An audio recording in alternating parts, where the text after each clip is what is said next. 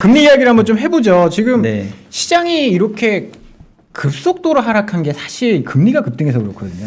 이게 뭐 박사님이 보시기에는 그게 영향을 있긴 있죠. 그래서 네. 제가 뭐 저기 아까 예고했던 대로 좀 네. 짤막하게 오늘 이제 자료를 좀 준비를 해봤는데요. 화면을 좀 보여주시면 제가 화면을 보면서 좀 얘기를 이어가도록 하겠습니다. 저기 박종현 PhD라고 혈액형이에요? 산성. 이렇게 딱. 네. 예, 화면 나오나요 지금? 화면 좀 보여주시죠. 예. 제목을 뭐 미국 채금리가 최근에 이제 급등한 배경하고 그에 따른 이제 시장 영향이라고 한번 잡아봤는데 일단은 이제 미국채 10년 금리를 보여드리면 그 올해 3월 말에 1.77까지 장중에 갔었잖아요. 근데 저 때는 시장이 좋았어요. 아니에요. 이때 금리 막 튈 때 이때도 3월 달에 조정이 한번 올 때였었습니다. 네네네. 근데 그때 재밌었던 게 그때는 이제 금리가 튄다고 해서 주식이 조정 받았었는데 그 뒤로 한 6월부터 7월까지 금리 막 빠질 때 또 금리가 하락한다고 해서 주식도 다시 조정도 받고 이래가지고 제가 그때 얘기했던 게 아니 금리가 올라도 주가가 빠지고 금리가 빠져도 주가가 빠지면 도대체 금리와 주가는 무슨 관계입니까? 네. 이제 제가 막 그런 얘기를 했었었는데요. 네. 어쨌든 그래서 8월 초까지만 하더라도 미국채 10년 금리가 1.1%대까지 뭐 고점 대비 거의 그냥 완전히 추세가 꺾여 온 것처럼 보였는데 그게 지금 스물스물 올라왔고요. 지금 특히나 정확하게 9월 23일입니다. 네. 9월 23일 날 뭐가 있었냐면 FOMC가 있었잖아요. 네. FOMC가 아마 9월 22일 날 있었을 거예요. 그래서 9월 22일 날 FOMC 결정이 됐었을 때는 미국 채금리가 오히려 살짝 하락을 했었어요. 그렇죠. 저는 그때 그게 좀 이상했어요. 네. 그래서 왜? 생각보다 뭐 비둘기파적으로 좀 해석을 했었던 것 같긴 한데 근데 그 하루 다음 지나면서부터 금리가 이제 급등하기 시작해가지고 한 1.3대였던 금리가 지금 1.5까지 올랐으니까 거의 그 이후로만 20bp 정도 급등을 해버린 거거든요. 사실 요 구간의 금리 급등이 최근에 이제 시장을 좀 불안하게 만들고 있는 거고 그러면 이제 도대체 왜 FOMC 다음날 얘가 뒤늦게 이렇게 반영을 하기 시작했냐. 사실 FOMC 결과만 놓고 보면, 시장이 좀 비둘기파적으로 해석할 만한 여지가 많진 않았어요. 그렇죠. 왜 그렇게 생각했는지 약간 보고 싶은 것만 네. 봤던 것 같은데, 지금 보시는 거는 그 9월 FOMC에서 새롭게 나왔던 이제 점도표의 숫자들만 제가 뽑아왔는데요. 여기서 특징적인 게 보시면 그 PC 물가의 전망치가 원래 6월 달에는 올해 3.4%일 것이다 라고 생각했다가 3개월 만에 4.2 정도로 크게 높여 잡습니다. 네. 그러니까 인정을 사실은 한 거죠. 이미 이때부터 이 파월 의장의 예측이 틀린 거예요. 우리 박재영 팀장님이 그 파월 의장이 조금 예측을 잘못하고 있다라고 좀 지적을 해주시지 않았었던가요? 제가 전에부터 그랬죠. 일시적 아닌 것 같은 자꾸 일시적이라고 막 그렇죠. 그래서 제가 그때 화를 많이 냈죠. 그러니까 역시 우리 팀장님 말을 들었어야 되는데 네. 그러니까 사실 말이 안 되죠. 일시적인데 물가 전망을 6월에서 9월 3개월밖에 안 됐고 이미 1년의 절반이 지난 시점에서 3.4에서 4.2로 높여 잡았다는 얘기는 이거는 기본적으로 물가에 대한 그 트랙 자체를 완전히 예측을 지금 실패를 한 그런 상황이었었고요. 그러면서 이제 그 기준금리에 대한 점도표가 나왔던 게 원래는 2023년 가서나 한 50bp 정도 금리 인상한다라는 게 6월 전망이었는데 9월 전망에서는 2022년 즉 내년도에 금리 인상 한 번 하고 그 다음에 23년도에 3번 인상하고 그 다음에 24년도에 점도표가 처음 나왔는데 또 3번 인상하고 상당히 이 테이퍼링뿐만 아니라 이제 금리 인상 스케줄도 상당히 앞당겨 오는 걸로 이제 이미 점도표 나왔거든요. 네. 근데 이제 미국 채권 시장은 정작 22일 날은 그냥 뭐 별간 다른 거 없네. 이렇게 생각했다가 이제 그 다음 날부터 이제 이거 생각해 보니까 이거 만만치가 않네. 이거 조금 불안한데 이러면서 지금 금리가 올라가고 있는 상황이라고 저는 보고 있고요. 참고로 현재 미국의 이제 물가체에 반영되어 있는 인플레이션의 기대값을 보면은 여전히 한 2.4 정도 수준이에요. 그러니까 저거를 좀 설명을 해주시고 좀 이야기를 해주시면 그럴까요? 저처럼 모르는 사람은 이해를 못하니까 예, 알겠습니다. 저게 어떤 의미인지. 예, 네. 지금 여기 보이시는 차트에 이제 선이 두 개가 있는데 하나는 녹색 선은 미국의 그냥 국고채, 일반 국고채 10년짜리 10년물. 금리를 나타내고 네. 이게 지금 한 1.5 정도 되는 거고요. 네. 그 다음에 이제 빨간색으로 있는 게 미국의 물가 연동 국채 10년짜리입니다. 뭐 그 팁스라고 많이 팁스라고 얘기하죠. 네, 네. 예. 그 물가연동 국채는 참고로 어떻게 이자가 계산이 되냐면 물가연동 국채의 금리 자체에다가 네. 나중에 쿠폰을 받는 시점에서 물가 상승률 부분을 더해서 줘요. 그래서 예를- 물가 연동체라고. 그렇습니다. 네. 그래서 예를 들면 실제 물가연동국채의 금리는 제로인데 빵인데 네. 만약에 물가 상승률이 3%가 발생했다 그러면 네. 3%의 이자를 주는 거죠. 그렇죠? 네. 예. 자, 그런데 이게 이제 어떤 의미가 있냐면 일반 국고채 금리하고 이 물가연동제 금리의 차이를 계산을 해보면 이게 이 채권 시장에 녹아져 있는 향후 물가 상승률의 기대값이라고 생각하는 거예요. 왜냐하면 똑같이 국채이기 때문에 물가 채권을 사나 일반 국고채를 사나 신용 위험은 없거든요. 네. 근데 단순히 차이는 국고채는 그냥 그 금리를 그대로 주고 물가연동국채는 그 금리에다가 향후의 물가 상승률을 더해서 주기 때문에 네. 일반 국고채 금리하고 물가연동국채 금리의 차이를 계산해 보면 그 차이만큼이 채권 시장에서 생각하는 향후의 물가가 요만큼 오를 거다라는 이제 기대값을 우리가 뽑아볼 수 있다라는 거죠. 네. 그래서 다만 우리가 이게 10년짜리 만기니까 이제 10년 후에 물가에 대한 기대가 포함되어 있다고 볼 수 맞습니다. 있죠. 그냥 정확하게 얘기하면 10년 평균이라고 보시면 돼요. 네. 10년 동안의 평균치. 네. 그래서 사실 2.4라고 하면은 지금 아까 PC 물가가 올해 전망치가 4.2 정도이고 CPI는 뭐 5.3%이니까 그거보다는 낮기는 해요. 그러니까 그 얘기는 채권 시장에서 생각하기로는 물가 상승률이 높아는 지겠지만 이제 지금 정도 수준이 사실 제일 높은 때고 앞으로 조금씩 낮아지기는 할 거다.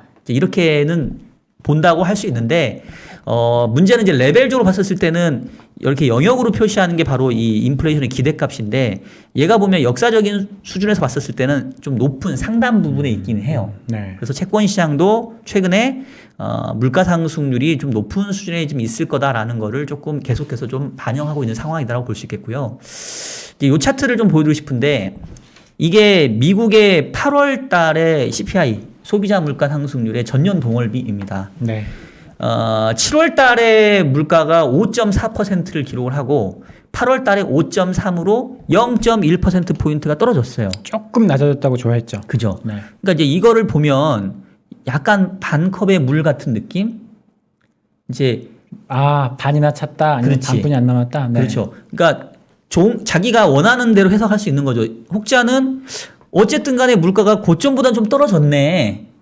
그럼 이제 물가 상승 낮아지나? 이렇게 긍정적으로 볼 수 있는 거고 또 반대 사이드에서 보기에는 야, 이게 지금 기저효과를 생각해 보면 작년에 기저효과가 한 5월인가 6월인가가 바닥이었거든요. 네. 그때부터 지금 기저효과 자체는 이제 물가를 떨어뜨리는 요인으로 작용을 해야 되는데 그 기저효과를 감안하고서라도 8월 물가가 5.3까지밖에 안 떨어졌어.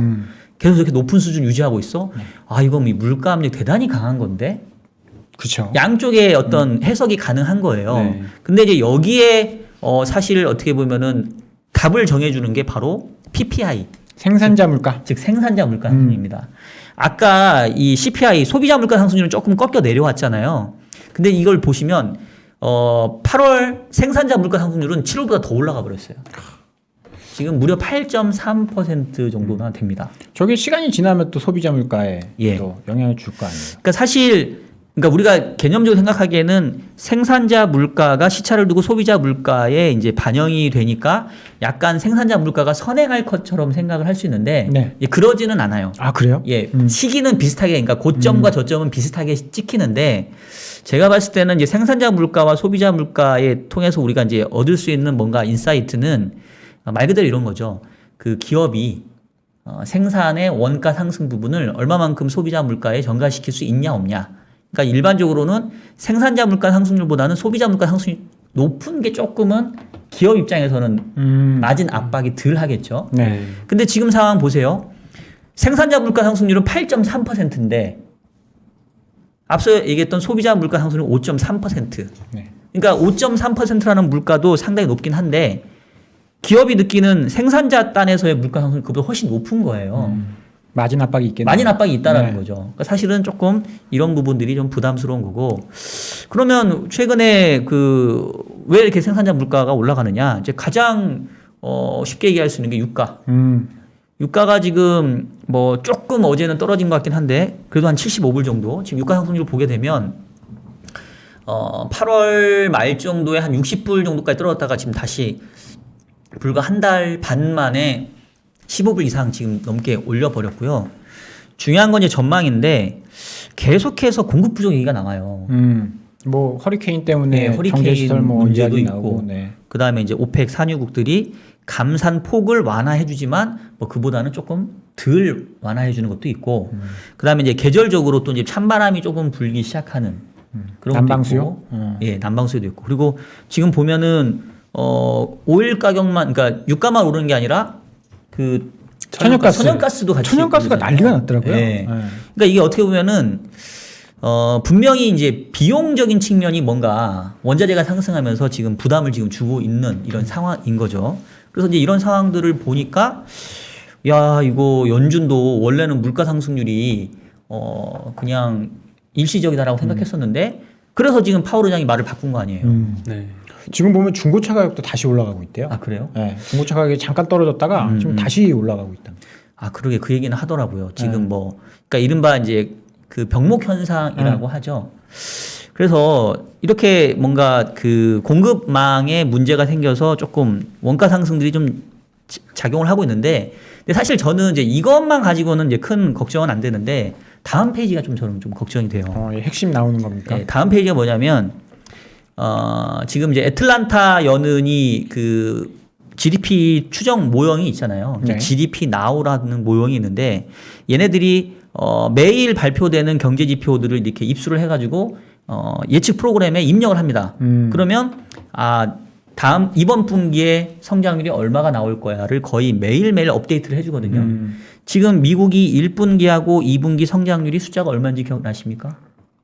아니요. 안 나요? 네. 지금 상반기가 6% 정도 성장했어요. 6% 살짝 넘을 거예요, 아마. 근데 지금 3분기 추정치를 지금 오늘 기준으로 어제 기준이겠구나. 뽑아보니까 얼마냐면 지금 얼마야? 이거거든요. 3.2% 정도밖에 안 돼요. 근데 많이 이게 나왔는데. 원래 그 3분기 시작했던 초 부분에는 6%대가 예상됐다는 거죠, 지금. 이게 지금 노란색으로 표시한 게 애틀란타 연은이 추정하는 모형치의 이 변화도이거든요. 지금 8월 3일만 하더라도 6%대 추정을 하다가 지금 8월 20일, 8월 말 넘어가면서부터는 전망치가 지금 3%대로 좀 쭉 내려와 버렸습니다. 그리고 지금 글로벌 IB들도 올해 미국 경제 성장률 전망치를 지금 하향 조정하고 있고, 사실은 연준도 아까 점도표에서 가려졌지만 성장률 전망치를 올해 7.0에서 5.9로 떨어뜨렸어요. 3개월 만에. 그러니까 이제 무슨 얘기를 하고 싶냐면, 아니 뭐 물가가 올라가는 건 사실은 인플레이션이 그렇게 나쁜 모습은 아닌데, 물가는 공급망의 어떤 병목 현상 때문에 잘 안 떨어지고 계속 높은 수준을 유지하는 반면에 성장률은 생각보다 이렇게 빠르게 떨어진다는 거예요. 우리가 계속 이야기했었던 피크아웃. 피크아웃. 네. 근데 예. 피크아웃인데 조금 긍정론자들은 피크아웃이지만 그래도 예전 평균보단 높으니까 나쁘지 않을 것이다라는 건데 지금 저 그림을 보면 거의 굉장히 빠른 수준으로 떨어져서 뭐 좋은 수준이 아니라 좀 더 밑으로 내려갈 수도 있다. 그렇게 해석을 할 수도 있는 건가요? 뭐 기울기가 이제 생각보다 네. 조금 가파르게 떨어지고 있다라는 부분도 있긴 한데, 근데 이제 제가 더 조금 우려스러운 거는 경기의 모멘텀이 떨어지는 속도보다 물가는 안 떨어지더라.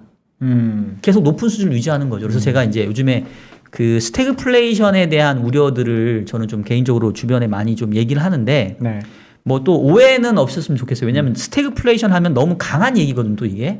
그럼 뭐 1970년대 나타났던 뭐 오일 쇼크처럼 뭐 완전히 경제가 작살 나는 거냐, 이제 이걸 얘기하는 건 아니고요. 제가 얘기하는 이 스태그플레이션의 어떤 어감은 경기 모멘텀은 기저효과 받으면서 그 다음에 여러 가지 이제 약간 변수들 때문에 조금 꺾여 내려오는데, 그 흐름과 비슷하게 물가도 낮아지면 어떻게 보면은 큰 문제가 없겠는데, 물가는 지금 공급 쪽에 어떤 병목 현상 때문에 계속 높은 수준을 유지하게 되는, 그러면 어떤 문제가 생길 수 있냐면 이른바 이 경기 부양의 정책 수단이 상당히 애매해져 버리는 거예요. 금리를 올리기도 애매하고 아니, 그러니까 그러니까 돈을 더 쓰기가 어려워지는 거죠. 경기가 안 좋아져도 인플레 때문에 돈을 그렇죠. 못 쓰고 그렇죠. 그렇다고 뭐 재정도 쓰는 것도 어려운 거죠. 왜냐하면 코로나 때문에 이미 많이 썼으니까. 그래서 그냥 뭐 아주 그냥 그 소프트하게 현재 상황이 될 것 같긴 한데, 사실은 이제 우리가 살다 보면 요즘 느끼는 게 돌발 악재 같은 게 얼마나 많아요. 네네. 작년에도 코로나 터질 거 누가 알았어요? 몰랐죠. 몰랐잖아요. 그다음에 뭐 최근에 헝다그룹, 저는 사실 헝다그룹 자체는 큰 이슈는 아니라고 보거든요. 그게 어떤 하나의 돌발 악재로 심리를 악화시키는 요인들이라고 보는 거고, 그다음에 뭐 예를 들면 또 그 아까 얘기했던 뭐 부채 한도 이슈도 있고, 또 갑자기 또 지정학적 리스크가 벌어질 수도 있고, 그러니까 어떤 이러한 돌발 변수나 악재가 이렇게 불거지게 되면 경기 모멘텀이 그렇지 않아도 좀 떨어지고 있는데 여기다가 이제 부담을 더 가중시킬 수 있잖아요. 그럼 평소 같으면 경기 부양책을 다시 쓰면 된다는 거예요. 금리를 낮추든가 아니면 돈을 더 풀든가 재정을 더 쓰면 되는 건데, 지금처럼 물가가 높은 상황을 유지하게 되면 다시 돈 풀고 금리 인하하고 하기가 어려워진다는 거죠. 그렇기 때문에 어떻게 보면 업사이드가 상당히 막혀 있는 거죠. 기업의 어떤 이익도 그렇고 시장적인 측면에서도. 그래서 좀 결론이 좀 애매하긴 하는데, 저는 사실 지금이 인플레이션이냐 스태그플레이션이냐를 좀 따져야 된다고 생각을 해요. 네. 그러니까 우리가 얘기하는 그 노멀한 인플레이션이라고 한다면 뭐 주식시장 조정 뭐 상당히 단기에 짧게 그치리라고 보는데, 제가 지금 말씀드렸던 것처럼 인플레이션이 아니라, 그러니까 인플레이션은 물가도 높은 수준이지만 경기도 좀 받쳐주는 거를 얘기는 하거든요. 근데 물가는 여전히 높은데 경기는 받쳐주지 못하고 좀 슬금슬금 내려오거나 오히려 조금 가파르게 하락해버리면 이런 상태에서 정책 여력이 없다. 그러면 시장은 최근에 조정이 이게 과거에는 보면은 지금 특히 작년 코로나 이후에는 매우 짧게 끝나고 다시 흔히 말하는 살 수 있는 기회로 작용을 했는데, 생각보다 조정의 폭도 기간도 조금 길어질 수도 있지 않겠냐. 그런 측면에서 저는 이 스태그플레이션이냐 인플레이션이냐 요거를 조금 판단하냐가 좀 중요할 것 같고, 제 개인적인 전망은 스태그플레이션에 대한 조금 냄새가 조금 스멀스멀 나는, 그러니까 아주 강한 스태그플레이션까지는 아니더라도 적어도 경기 모멘텀이 떨어지는데 통화 및 재정 정책을 쓰자니 물가에 대한 부담이 있어서 그냥 손을 놔야 되는, 그냥 두드려 맞아야 되는, 그럼 이런 상황에서 과연 투자 심리가 금방 돌아설 수 있겠느냐, 그 부분에 대해서 저는 조금은 이제 우려가 있다. 저 궁금한 거 이제 인플레냐 스태그플레이냐 요거 차이는 이제 네. 경기의 침체 여부잖아요. 그거에 네. 대해서 GDP 성장률 전망치가 떨어지는 거에 대해서 지적을 해주셨는데, GDP가 구성되는 요소가 여러 개 있잖아요. 네네. 뭐 민간이 지출하는 것도 있고, 뭐 네. 정부의 지출도 있고, 기업의 투자도 있는데, 최근에 이 GDP 전망치가 이렇게 떨어지고 있는 이유가 네. 어떤 요소에서의 전망이 이렇게 안 좋아져서인지가 좀 궁금합니다. 그에 따라서 또 페드의 정책도 좀 달라질 수 있지 않을까요? 네. 일단 미국 아까 이제 성장률 전망치 떨어지는 거는 이제 미국의 경우를 얘기를 했는데, 뭐 미국은 아시다시피 미국 경제 70%가 민간 소비로 이제 구성이 되어 있어요. 네. 그래서 대부분 이제 소비의 크기에 따라서 성장률 수준이 이제 좌우된다고 볼 수 있는데, 앞서서 사실 이게 또 반도체랑도 다 연결되는 게, 그 반도체 PC에 대한 수요들이 코로나 때문에 항상 한참 있었다가 지금 좀 떨어지고 있는 거잖아요. 네. 그러니까 이제 미국도 내구재 소비들이 그동안 상당 부분 많이 진행이 됐고, 이제 추가적으로 내구재 소비를 할 건 더 없는 거죠. 그리고 말 그대로 내구재라는 거는 연식이 오래 가도 쓸 수 있는 거라는 거잖아요. 네. 내가 노트북 작년에 샀는데 올해 또 사진 않을 거 아니에요. 그렇죠? 그러면 작년에 상당 부분 작년과 올해까지 해서 그 소비가 이루어졌다고 한다면 그 다음에 소비하는 거는 조금은 이제 강도가 줄어들 수 있겠죠. 아마 이제 그런 측면에서 최근에 미국 경제 3분기부터 좀 성장률 전망치가 좀 낮아지는 것 같고요. 그게 우리나라에서는 수출과 연관이 됩니다. 그렇죠. 예, 그래서 오늘 이제 29일이잖아요. 네. 지금 이제 30일, 내일이 그 9월 말이고 내일 내일 모레면 10월 1일 날 9월 수출 증가율이 나올 거예요. 네. 근데 지금 20일까지 속보치를 보면 수출 증가율이 한 20%대로 좀 떨어졌어요. 그래서 물론 20%대도 상당히 좋은 숫자이긴 하지만 5월인가 6월에 국내 수출 증가율이 제일 높을 때가 45%인가 막 이랬거든요. 네. 이제 그거에 비해서는 확실히 증가율 그로서 떨어지죠. 그러면 이제 우리 지난 시간에 윤조 센터장님 나오셔서 이제 그런 말씀 같이 나눴었는데, 국내 코스피 주가하고 이 수출 증가율의 궤적을 좀 그려보면 코릴레이션이 상당히 좀 높습니다. 그래서 수출 증가율이 꺾여 내려오는 상태에서 코스피가 고개를 바짝 들고 이렇게 상승세를 지속한다? 이런 적이 좀 많지는 않았어서 그런 부분도 일단은 조금 최근에 시장이 조금 이렇게 상단이 막히는 부분이 이게 그냥 어떤 수급적인 요인보다는 매크로적인 측면에서 조금 이제 뭔가 안 좋은 뉴스들이 나오기 시작하는 부분들이 좀 반영이 되고 있다. 그래서 저는 좀 그런 부분도 좀 우려스럽다. 요 말씀을 좀 드리고 싶습니다. 특히나 9월에는 그래도 20일까지 데이터가 20%나 성장을 했는데 네. 10월부터는 또 기저효과도 좀 약화가 되는 시점이잖아요. 네네. 그래서 증가율 기준으로 보면은 더 떨어질 가능성이 높은데 네. 이 말씀하신 대로 수출 증가율과 이제 주가 간의 상관계수가 이렇게 높다고 하면 안 그래도 10월에 아까 말씀하신 것처럼 중순 말쯤에 이제 정치적인 이제 리스크도 많은데 네네. 수출 증가율까지 떨어져 버리면 이제 증시도 조금 더 불안정해질 수도 있겠네요. 근데 이제 수출 증가율이 다행히 올해까지는 좀 버텨줄 거예요. 왜냐하면 작년의 기저효과로 보게 되면 9월 달 수출 증가율은 조금 높았고 네. 작년 10월에 또 조금 낮아졌어요. 네. 그래서 수출 증가율이 이제 9월 달이 뭐 20%로 떨어지면 10월에는 뭐 10%대, 뭐 11월에는 한 자릿수대 이렇게 떨어지는 건 아니고 올해 연말 한 11월까지는 대략 한 20% 전후 정도 그 정도의 수출 증가율은 좀 유지가 될 것 같은데 확실하게 기저효과가 부정적으로 작용하는 시기는 올해 12월부터입니다. 네. 그리고 내년도 1분기, 내년도 2분기에는 제일 이제 그 기저효과가 부정적으로 작용하겠죠. 수출 증가율에. 그래서 사실은 조금 수출 증가율 그로스가 좀 떨어지는 부분들도 지금 뭐 시장에서 얘기가 별로 안 나오고 있는 것 같은데 이제 저처럼 지표를 보는 사람들은 이제 떨어지는 일밖에 안 남았는데 이걸 어떻게 시장이 소화를 할까 그런 거는 조금 부담이 되는 부분입니다. 시간이 많이 돼서 그만 맞춰야 될 것 같은데요. 그래서 금리는 어떻게 된다는 거예요? 금리는 네. 일단은 지금 말씀드렸던 것처럼 이제 물가 상승의 우려, 그러니까 이게 스태그플레이션이든 인플레이션이든 그거는 이제 경기적인 요인이고 물가만 보게 되면은 상당 기간 높은 수준을 지금 유지할 수밖에 없는 그래서 금리의 상방 압력들이 조금 존재를 하는 거는 같아요. 근데 이게 다행히 지금까지는 그 금리가 단기 쪽 금리랑 장기 쪽 금리랑 같이 올라주고 있거든요. 그러니까 우리가 채권 시장을 보는 사람들은 이제 이걸 수익률 곡선이라고 하는데 장기 금리하고 단기 금리가 그래도 같이 오르는 상황들은 그렇게 나쁜 경제 상황은 아니에요.